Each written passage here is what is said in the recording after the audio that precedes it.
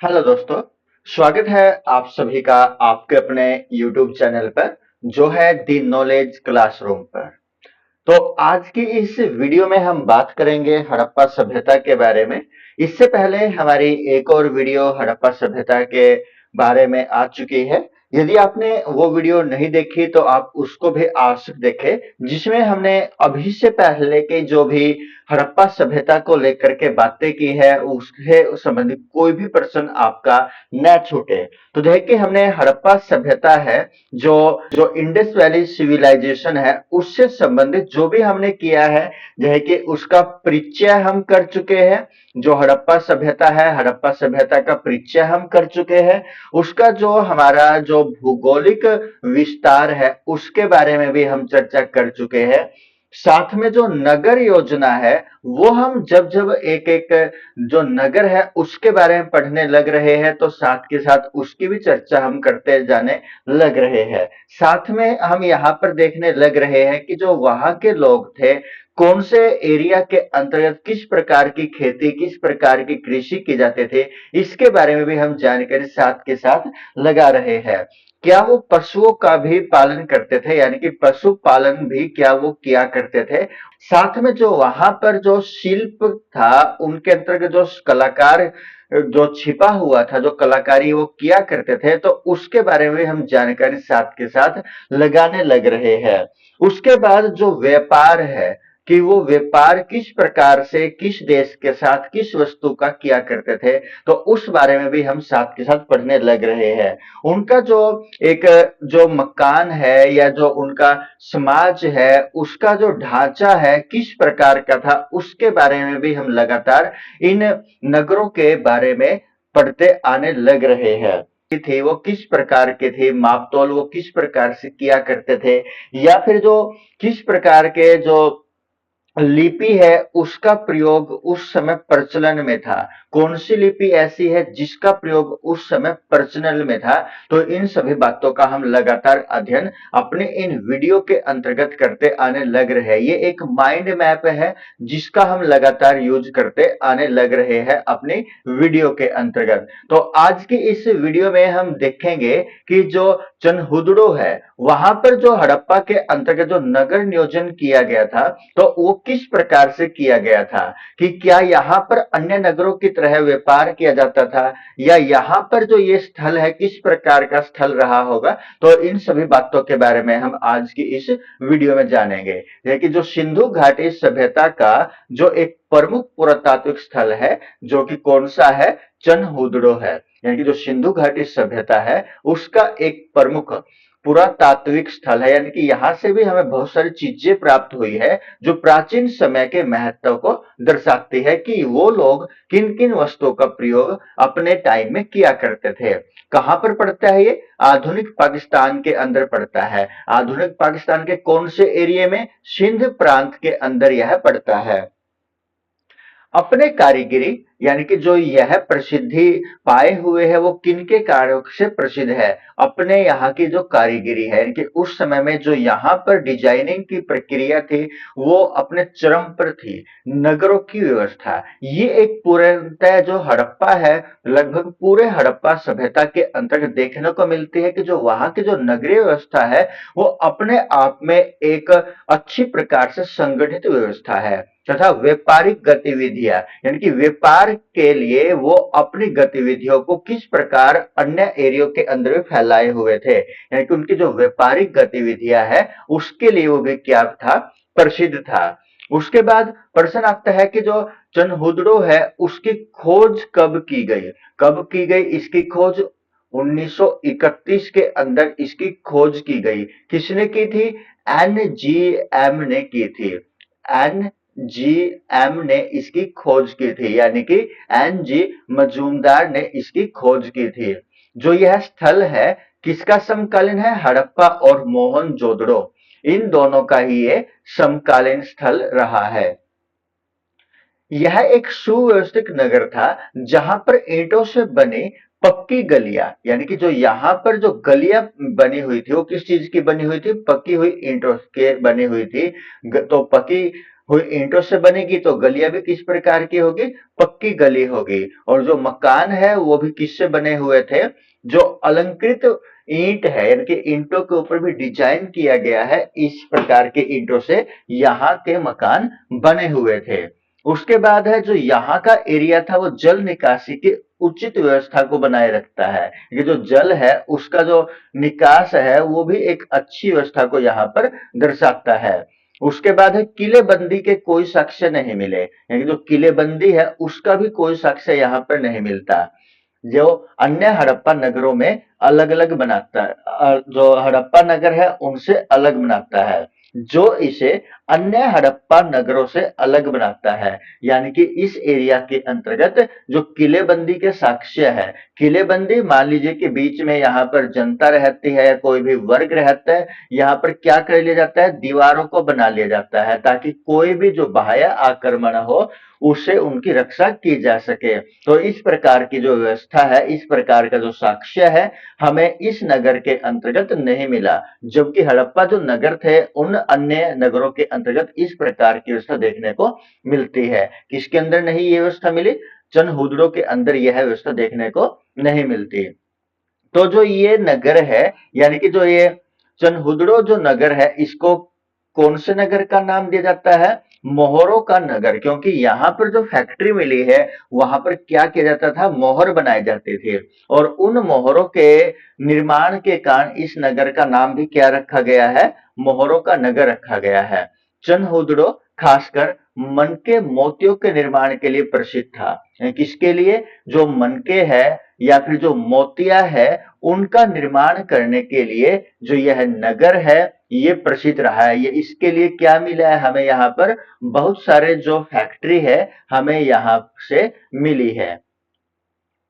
उसके बाद है तांबे, कांसे, पत्थर और मिट्टी से बनी वस्तुएं हमें यहाँ से प्राप्त होते हैं कि जो तांबे है या फिर जो कांसे है या फिर जो पत्थर है और जो मिट्टी है, इनसे बनी हुई जो वस्तुएं है हमें यहाँ से मिली है। देखिए मिट्टी के बने हुए खिलौने हैं या जो पत्थर है, पत्थर की बनी हुई वस्तुएं है या जो कांसे और जो तांबे है उनका बना हुआ जो सामान है हमें यहाँ से प्राप्त होता है।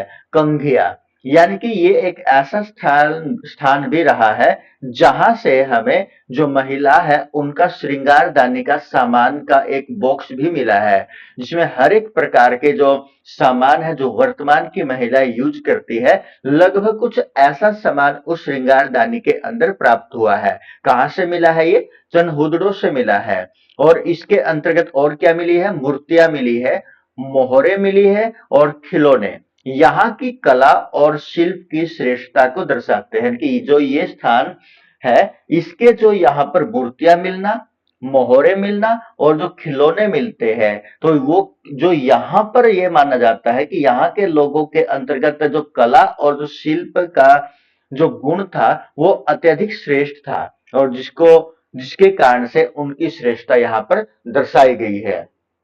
यह नगर एक प्रसिद्ध औद्योगिक केंद्र भी था, यानी कि जो यह नगर है चनहुदड़ो है एक प्रकार का उद्योग धंधों से संबंधित नगर था। तो किस प्रकार के मुख्य उद्योग यहाँ पर रहे होंगे, जैसे कि वस्त्रों का निर्माण करना, धातुओं से वस्तुओं को बनाना और मिट्टी के बर्तन बनाना यहाँ का प्रमुख उद्योग रहा होगा। अब हम बात करते हैं लोथल के बारे में। जो लोथल है ये कहाँ पर पड़ता है, गुजरात राज्य में पड़ता है। गुजरात के कौन से एरिया के अंतर्गत, भाल क्षेत्र के अंतर्गत यह पड़ता है। समुद्री व्यापारिक गतिविधियों, सुव्यवस्थित नगर योजना और प्राचीन गोदी, गोदी यानी कि डैकयार्ड के लिए यह प्रसिद्ध रहा है, यानी कि जो समुद्री व्यापारिक गतिविधियां है उनके लिए, और जो नगर नियोजन है, नगर की जो व्यवस्था करना है उसके लिए, और जो अन्य प्रकार के जो डैकयार्ड है यानी कि जहां पर समुद्री जहाजों से संबंधित कोई भी कार्य किया जाता है, उनका निर्माण करवाना, उनकी टूट फूट की मरम्मत करना इत्यादि के लिए यह स्थान प्रसिद्ध रहा है। उसके बाद जो लोथल है इसकी खोज कब की गई, 1954 में इसकी खोज की गई। किसके द्वारा की गई, आर्कियोलॉजिकल सर्वे ऑफ इंडिया के द्वारा इसकी खोज 1954 में की गई थी, यानी कि भारतीय पुरातत्व सर्वेक्षण के द्वारा इसकी खोज की गई। एक सुव्यवस्थित नगरीय व्यवस्था, ये हड़प्पा के लगभग प्रत्येक नगर के अंदर देखने को इस प्रकार की व्यवस्था मिलती है, जिसके कारण से इस सभ्यता को शहरी सभ्यता कहा जाता है। एक व्यवस्थित नगर व्यवस्था यहाँ पर देखने को मिलती है कि जो ईंट है, ईंटों से बने मकान हमें मिलते हैं, गलियां है, और जो जल निकासी की प्रणाली है यहाँ पर एक उत्तम प्रणाली की है। नगरों को यहाँ भी कितने भागों में बांटा गया है? दो भागों में विभाजित किया गया है, ऊपर वाला हिस्सा और नीचे वाला हिस्सा। ऊपर वाले हिस्से में कौन से लोग रहते थे? जो ब्राह्मण वर्ग है, या जो फिर बोले शाही वर्ग है, यहाँ पर रहा करता था, या पुरोहित वर्ग यहाँ पर रहा करता था। जबकि जो निचला वर्ग है, जो आम जनता के लिए था, या फिर यहाँ पर जो सैनिक वर्ग है, वो भी यहाँ पर रहा करता था। उसके बाद इस एरिया में जो जल निकासी की व्यवस्था है वो भी क्या है? अत्यंत उन्नत है, क्योंकि जो जल है, जल को निकालने की जो व्यवस्था की गई है वो भी किस प्रकार की है? अत्यधिक उन्नत है।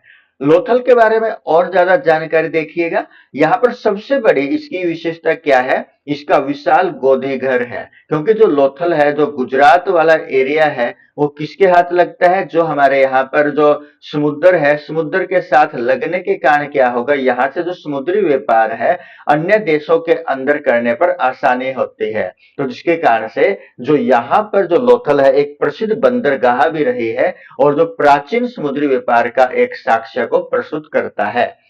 उसके बाद आगे है, दुनिया की प्राचीनतम डाकों में से एक है, यानी कि जो यहाँ पर गोदी घर है, जो डैकयार्ड है, वो किसके लिए प्रसिद्ध है? पूरी दुनिया के अंतर्गत अपने जो यहाँ पर जो बंदरगाह है उसके लिए प्रसिद्ध है। यहाँ पर मनके, धातु की वस्तुएं, टेराकोटा, मृदभांड और अन्य वस्तुओं का निर्यात यहाँ से किया जाता था, क्योंकि वो हड़प्पा सभ्यता के जो अलग अलग स्थान है वहां पर बनाए जाते होंगे, और उनको बनाने के बाद कहाँ भेज दिया जाता होगा? इस लोथल वाले एरिया में भेज दिया जाता होगा। यहाँ से उसका निर्यात अन्य अन्य स्थानों पर कर दिया गया होगा, जैसे कि मनके है, या धातु की जो वस्तुएं है, टेराकोटा है, मृदभांड है, या अन्य प्रकार का जो सामान है, यहाँ से अन्य राज्यों के अंतर्गत, अन्य प्रांतों के अंदर या अन्य देशों के अंतर्गत उसको भेजा जाता होगा। उसके बाद व्यापार हेतु मापन, तो मापन और तौल की स्टिक प्रणाली, यानी कि जो मापने के लिए और जो तौल की प्रणाली है यहाँ पर इनका प्रयोग किया जाता था। जैसे कि उसके बाद हमें यहाँ से चावल के साक्ष्य भी प्राप्त हुए हैं, यानी कि जो लोथल है, लोथल से हमें जो चावल के साक्ष्य है वो प्राप्त हुए। ये बहुत ज्यादा इंपॉर्टेंट है, कई बार एग्जाम के अंदर पूछा जा चुका है। लोथल के नागरिक तकनीकी रूप से अत्यधिक कुशल थे, यानी कि जैसे कि हमने अभी तक इसमें देखा है कि जो लोथल के लोग थे वो अलग अलग प्रकार के शिल्पों के अंतर्गत कुशल धारण करने वाले थे, जिसके कारण से हम कह सकते हैं कि जो यहाँ के तकनीकी रूप से जो ये लोग थे वो क्या थे? अत्यधिक कुशल थे। और यहाँ के जो स्थान है वहां से हमें क्या मिली है? युगल समाधि मिली है, यानी कि जो एक जोड़ा है, ये समाधि हमें इस प्रकार की यहाँ से प्राप्त हुई है। उसके बाद जो लोथल है वो क्या है? यूनेस्को की सूची में शामिल स्थल है, यानी कि जो यूनेस्को है उसकी सूची के अंतर्गत इसको शामिल किया गया है। तो यूनेस्को क्या है? यूनेस्को है UNESCO, United Nation educational, scientific and cultural organisation. क्या है यूनेस्को की full form? United Nation educational, scientific, cultural organisation, यानी कि ये एक प्रकार की क्या है? संस्था है। किसकी संस्था है? यूनाइटेड नेशन की, संयुक्त राष्ट्र की एक संस्था है, जो कि किसके लिए काम करती है? एजुकेशन के लिए काम करती है, शिक्षा के लिए काम करती है। किस आधार पर? वैज्ञानिक आधार पर। और किसके आधार पर? जो कल्चरल है, जो संस्कृति है, या यहाँ पर कला है, उसके आधार पर ये संस्था काम करती है। तो इसका गठन कब किया गया था? 1945 के अंदर यूनेस्को का गठन किया गया था। भारत इसका सदस्य कब बना था यूनेस्को का? 1946 में इसका सदस्य बना था। इसका हेडक्वार्टर कहां पर है यूनेस्को का? पेरिस, फ्रांस के अंदर यूनेस्को का हेडक्वार्टर है। तो इस समय कितने जो सदस्य देश है, इसके सदस्य है, तो उस प्रश्न का उत्तर आप कमेंट बॉक्स में बताइए। यानी कि इसके मेंबर कंट्री कितने देश है, इस प्रश्न का उत्तर आप हमें कमेंट बॉक्स में कमेंट करें। उसके बाद जो लोथल है, लोथल में एक मोहर निर्माण केंद्र भी था, जहां व्यापार के लिए क्या किया जाता था, मोहरों को तैयार किया जाता था। यानी कि जो ये मोहर है, मोहरों को एक मोहर निर्माण केंद्र के अंदर कहां पर तैयार किया जाता था, लोथल के अंदर तैयार किया जाता था। लोथल न केवल सिंधु घाटी सभ्यता का एक व्यापारिक केंद्र था, बल्कि एक वैज्ञानिक और सांस्कृतिक दृष्टि से भी उन्नत नगर था। यदि अब हम बात करें इस लोथल के बारे में, जो न ही तो केवल एक सिंधु घाटी का केवल व्यापार मात्र का केंद्र था, केवल यहाँ से व्यापार व्यापार ही नहीं होता था, यह एक वैज्ञानिक नगर भी था उस समय का, जो कि सांस्कृतिक दृष्टि से एक अत्यधिक उन्नत नगर उस समय का था। तो उसके बाद हम बात करते हैं धोलावीरा। धोलावीरा धोलावीरा से क्या अभिप्राय होता है? जो धोला यानी कि व्हाइट और वीरा यानी कि कुआं, यानी कि सफेद कुआं, इसका एक सामान्य अर्थ होता है। कहां पर स्थित है ये? गुजरात राज्य में स्थित है। गुजरात राज्य में कहां पर? कच्छ जिले के अंदर। कौन से द्वीप पर? खदीर द्वीप पर यह स्थित है। गुजरात राज्य के कच्छ जिले के खदीर द्वीप के ऊपर यह स्थित है। कहीं ना कहीं पर इसको कादिर भी लिखा जाता है, कादिर भी आपको देखने को मिल सकता है। उसके बाद है, यहाँ की भी जो नगर नियोजन व्यवस्था अच्छी है, जल प्रबंधन भी अच्छा है, स्थापत्य कला का बेहतरीन नमूना यहाँ पर देखने को मिलता है। पत्थरों का उपयोग बड़ी मात्रा में किया गया है, जबकि अधिकांश हड़प्पा नगरों में ईंटें प्रचलित थी। जैसे कि अभी तक के जो हमने नगर पढ़े हैं, उनके अंतर्गत हमने किसके बारे में पढ़ा है? जो पकी हुई ईंट थी उनके बारे में पढ़ा है। लेकिन इस नगर के अंतर्गत हमें किसके बारे में पढ़ने को मिल रहा है? पत्थरों के उपयोग के बारे में, कि यहाँ पर जो पत्थरों का उपयोग था अत्यधिक मात्रा में किया जाता था। भूमिगत नालियां मिली है।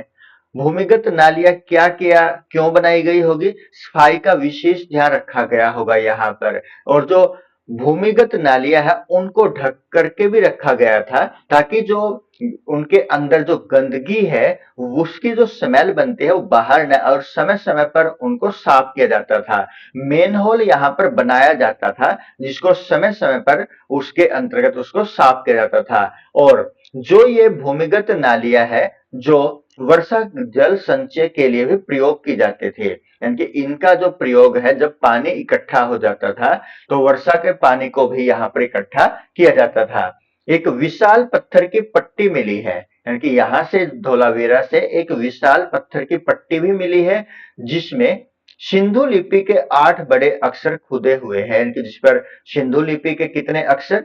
8 अक्षर खुदे हुए हमें मिले हैं। यानी कि जो लिपि है यहाँ पर किस प्रकार की है? भाव चित्रात्मक लिपि है, जिसको अभी तक पढ़ा नहीं गया है।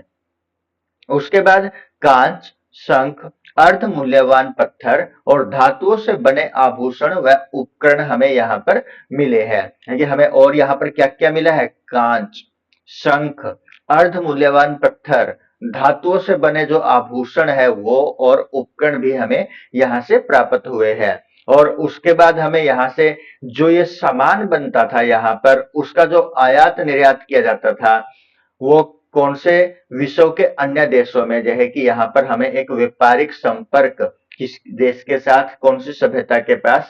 मेसोपोटामिया की सभ्यता के साथ देखने को मिलता है। धोलावीरा को विश्व धरोहर स्थल घोषित किया गया है यूनेस्को के द्वारा। कब घोषित किया गया है? 2021 में इसको घोषित किया गया है। अब हम बात करते हैं बनावली। बनावली किस राज्य में पड़ता है? हरियाणा राज्य में पड़ता है। और यह किस नदी के तट पर बसा हुआ है? घग्गर नदी पर के तट पर बसा हुआ है, जिसको सरस्वती नदी अब माना जाता है। नगर को ऊंचे टीले पर बसाया गया था। क्यों बसाया गया था? क्योंकि जो नदी है, नदी के अंदर लगातार बाढ़ आते रहते। बाढ़ से अपने आप को बचाने के लिए वो क्या करते थे? अपने आप को ऊंचे टीलों के ऊपर बसाते थे। गेहूं, जौ और बाजरा यही फसलों के प्रमाण हमें प्राप्त हुए हैं। यानी कि जो बनावली है हरियाणा राज्य के अंतर्गत, उससे हमें गेहूं, जौ और बाजरा यही फसलों के उगाए जाने के प्रमाण प्राप्त हुए हैं। बनावली के लोग क्या थे? कृषि में दक्ष थे, यानी कि कृषि को अच्छी प्रकार से करने में वो सक्षम थे। तांबे के उपकरण मिले हैं, मनके मिले हैं, कंघियां मिली है और मिट्टी की मूर्तियां, ये अक्सर हमें सभी प्रकार के जो हड़प्पा के नगर है सभी से प्राप्त हुए हैं। एक पीपल के पत्ते जैसी आकृति की मुहर मिली है जो धार्मिक प्रतीक हो सकती है। यानी कि एक पीपल के पत्ते जैसे आकृति की मुहर हमें मिली है जो कि क्या दर्शाती है कि उस समय कोई ना कोई धार्मिक प्रतीक रहा होगा। वनावली के अंतर्गत हमें और क्या मिला है कि घरों के साथ साथ अपने अपने निजी कुएं भी थे, यानी कि घरों में प्रत्येक घर के अंदर हो सकता है कि उस समय जो कुएं थे वो उन्होंने अपने अपने खुदवाए हुए हो, जिससे कि ये पता चलता है कि उस समय के जो लोग थे वो कितने व्यवस्थित थे। उसके बाद हम बात करते हैं कालीबंगा। काली का मतलब ब्लैक कलर की, बंगा का मतलब चूड़ी, यानी कि काले रंग की चूड़ी इसका एक सामान्य नाम है। कहां पर पड़ता है ये? राजस्थान राज्य के अंतर्गत। राजस्थान का कौन सा जिला? हनुमानगढ़ जिले के अंदर ये स्थित है। कौन सी नदी के किनारे? घग्गर नदी, यानी कि जिसको प्राचीन सरस्वती नदी के नाम से जानते हैं। नगर के चारों ओर दीवारें बनाई गई थी, यानी कि जो कालीबंगा है, कालीबंगा के चारों ओर दीवारें बनाई गई थी जो सुरक्षा और नियोजन का संकेत देती है। ये जो क्या काम करती है? सुरक्षा का और नियोजन का संकेत देती है। यानी कि जो कालीबंगा है उसके चारों ओर क्या किया गया था? दीवारें बनाई गई थी। उन दीवारों का क्या काम था? बाह्य आक्रमणों से रक्षा करना, जीव जंतुओं से रक्षा करना। तो इस प्रकार से हमें ये पता चलता है कि उन्होंने किस प्रकार से प्लानिंग की होगी अपना बचाव करने के लिए। उस समय गेहूं, जौ, दालें और तिल जैसी फसलों के प्रमाण भी हमें इस एरिया के अंतर्गत से प्राप्त हुए। कौन कौन सी? गेहूं, जौ, दालें और तिल जैसी फसलों के पकाए जाने के या उगाए जाने के प्रमाण हमें यहाँ से प्राप्त होते हैं। कालीबंगा से हल चलाए गए खेतों के प्रमाण मिले हैं। ये जो कालीबंगा है यहाँ पर हल से जोते गए खेतों के प्रमाण भी हमें प्राप्त हुए हैं। सबसे प्राचीन कृषि तकनीकों में से जो एक है, ये जो कालीबंगा के अंतर्गत हल से जोते गए जो खेतों के प्रमाण हमें मिले हैं, ये अभी तक की जो प्राचीन कृषि तकनीक है उनमें से ये एक है। भूकंप से नगर का विनाश होने के भी संकेत मिले हैं, यानी कि ये मानते हैं कि इसका जो पतन हुआ होगा वो किस प्रकार से हुआ होगा? भूकंपों के माध्यम से हुआ होगा। और भूकंप से विनाश होने के संकेत भी हमें यहाँ पर मिलते हैं। कालीबंगा से शमशान भूमि भी मिली है जो अंतिम संस्कार की प्रणाली दर्शाती है। यानी कि जो यहाँ से शमशान घाट मिले हैं वहां से हमें क्या पता चलता है कि एक विशेष विधि के तहत ही जो मृतक है उसका संस्कार किया जाता था। उसके बाद जो संपूर्ण सभ्यता है उसके जो भवन है, जो नाले हैं, वह सड़कें हैं, उनके बारे में तो क्या है? घर आमतौर पर एक या दो मंजिले होते थे, यानी कि जो मकान है उनका जो डिजाइन है वो किस प्रकार का था? वो या तो एक सामान्य या फिर दो मंजिली भी होते थे। घर के आंगन में चारों ओर कमरे होते थे, कि जो घर है उसके चारों ओर क्या बनाए जाते थे? कमरे, रूम्स बनाए जाते थे। घर में क्या भी मिलता था? स्नान घर भी मिलता था, कुएं भी थे और उसके बाद ढके हुए नाले भी थे। उसके बाद क्या है? नालों पर मेन होल बनाए जाते थे ताकि उनको समय समय पर क्या कर दिया जाए? साफ किया जा सके, समय समय पर उनकी सफाई की जा सके। उसके बाद है सिंधु घाटी सभ्यता के पतन के क्या कारण रहे होंगे, यानी कि जो सिंधु घाटी सभ्यता है उसके पतन के क्या क्या कारण रहे होंगे। यानी कि जो मौसमी बदलाव है, मौसम के अंतर्गत कोई ना कोई परिवर्तन हुआ होगा जिसके कारण से सिंधु घाटी का पतन हुआ होगा। उसके बाद या फिर जो व्यापारिक वर्ग है, अन्य देशों के अन्य देशों ने व्यापार करना सिंधु घाटी सभ्यता के साथ बंद कर दिया होगा जिसके कारण से उनके आर्थिकी के अंतर्गत गिरावट आई और उनका पतन है इस सभ्यता का होने लगा। हो सकता है कि यहाँ पर आर्य आए होंगे और आर्यों ने अपने आपको यहाँ पर बसाने के लिए उन लोगों को यहाँ से हटाने की कोशिश की होगी, तो जिसके कारण से इस सभ्यता का पतन मान सकते हैं।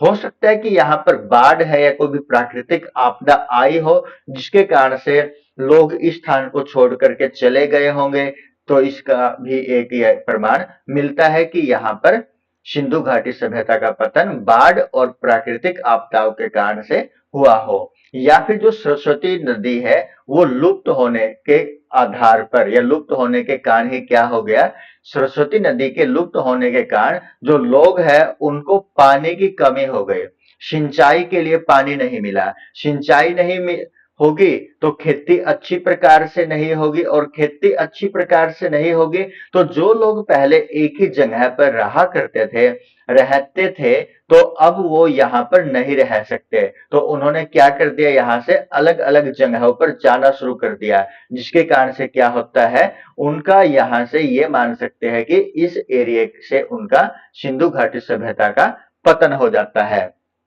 तो दोस्तों, आपको हमारी ये वीडियो किस प्रकार की लगी, हमें कमेंट बॉक्स के अंदर आवश्यक बताएं। धन्यवाद दोस्तों।